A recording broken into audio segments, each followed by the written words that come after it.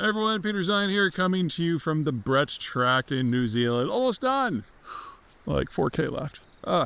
Anyway, question from the Patreon crowd. If you were to craft the perfect U.S. alliance system for the future, what would it be?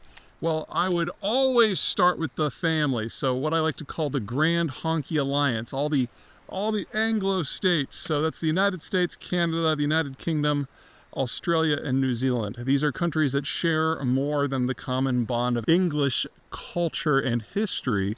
They're all naval powers, with the exception of Canada, which doesn't kind of count in that regard.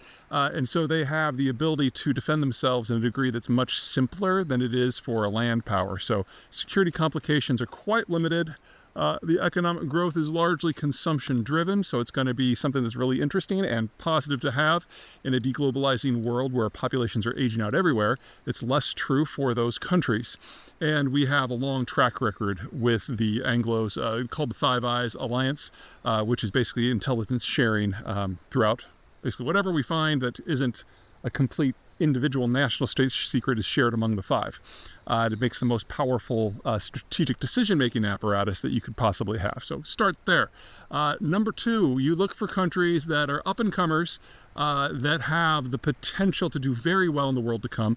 At the very top of that list are two countries, Mexico and Vietnam. These are states that are already in the United States' top 7 trading partners. Mexico's number 1, Vietnam's number 7. And they have the demographic to continue doing this for a very, very, very long time. Their security issues, in the classical sense, worrying about other countries, are quite limited. Vietnam is backed up by mountains and jungles on all sides, and Vietnam's most insecure border is the one it has with the United States. So if I was to give any advice to presidents now or in the future, it's find a way to make relations with Mexico as wholesome and as well-rounded as possible. If you're only talking trade, if you're only talking drugs, if you're only talking immigration, you're not really doing anyone a favor. This needs to be a broader conversation that involves not just security in the way that we've defined it on the border, but in the broader sense, it needs to involve culture and finance and transport and logistics and infrastructure and everything that is benefiting what has been the strongest bilateral economic relationship in human history already. Can you imagine if we actually put some effort into that? Okay, next, countries where the security issues are relatively limited and they could bring a lot to the table. France and Japan are at the very top of that list. Japan, obviously an archipelago, has 2 supercarriers, which are the only 2 outside of the Five Eyes Agreement. The others that are not American are British. Second strongest navy in human history. The Brits are third. And an economy that has already relatively globalized proofed it. It's still a massive importer of energy and raw materials, but this is not the Japan of the 1980s that was completely dependent on trade. It only trades for GDP about 15% of the total, which is very similar to the American number. And so this is a country that, while its demographics are bad, it is developing a series of technologies to cope with it, which is something that we will run into ourselves in the future.